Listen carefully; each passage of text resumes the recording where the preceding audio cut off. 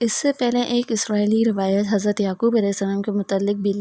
آئی ہے کہ جب وہ اپنے ماموں لابان سے رخصت ہونے لگے تو انہوں نے حضرت یعقوب علیہ السلام کے چنکبرے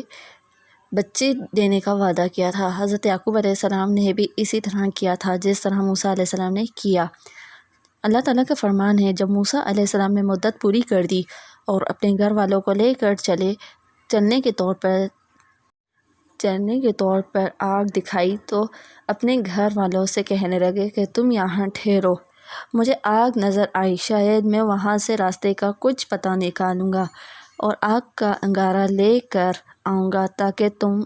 تاپو۔ جب اس آگ کے پاس پہنچے تو میدان کے دائیں کنارے سے ایک مبارک جگہ میں ایک درخت میں سے آواز آئی کہ موسیٰ، میں تو خدائے رب العالمین ہوں، اور یہ کہ اپنی لاٹھی ڈال۔ اور جب دیکھا کہ وہ حرکت کر رہی ہے گویا کہ وہ صنم ہے تو پیٹھ پھیر کر چل دیے اور پیچھے مڑ کر نہ دیکھا۔ ہم نے کہا، موسیٰ آگے آؤ اور رو مت، تم امن پانے والوں میں سے ہو، اور اپنا ہاتھ گریبان میں ڈالو تو بغیر کسی عیب کے سفید نکل آئے گا، اور خوف دور ہونے کی وجہ سے اپنے بازو کو اپنی طرف سے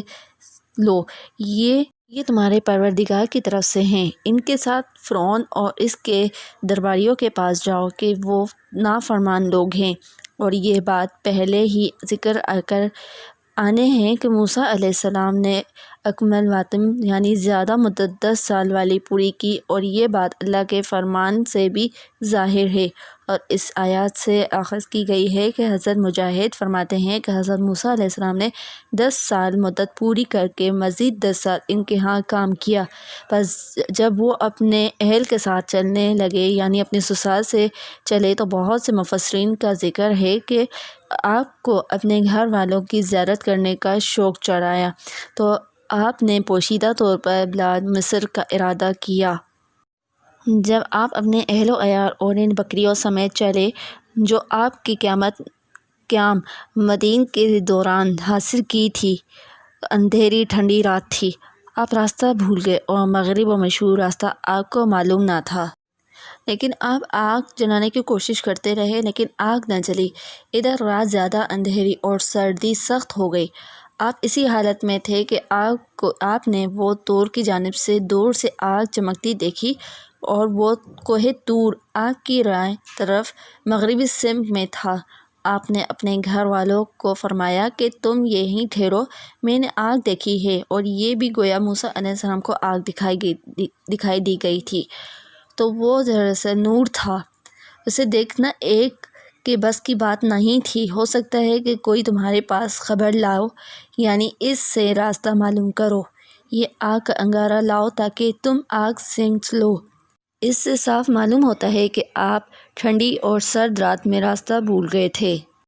اسی طرح ایک دوسری جگہ ارشاد باری تعالیٰ ہے، جب موسیٰ علیہ السلام نے اپنے گھر والوں کو کہا کہ ٹھہرو، میں نے آگ دیکھی ہے تو تمہارے پاس کوئی خبر لاتا ہوں،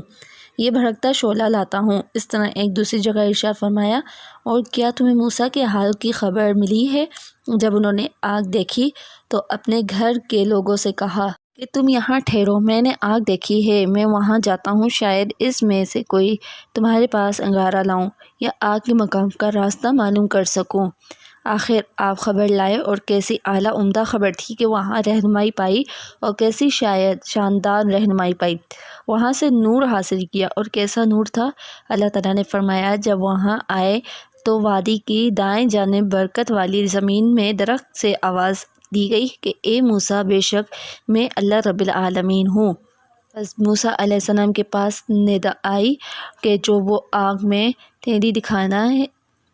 بابرکت ہے، اور جو آگ ارد گرد ہے وہ خدا جو تمام عالم کا پروردگار ہے، پاک ہے۔ اے موسیٰ، میں خدائے غالب ہوں۔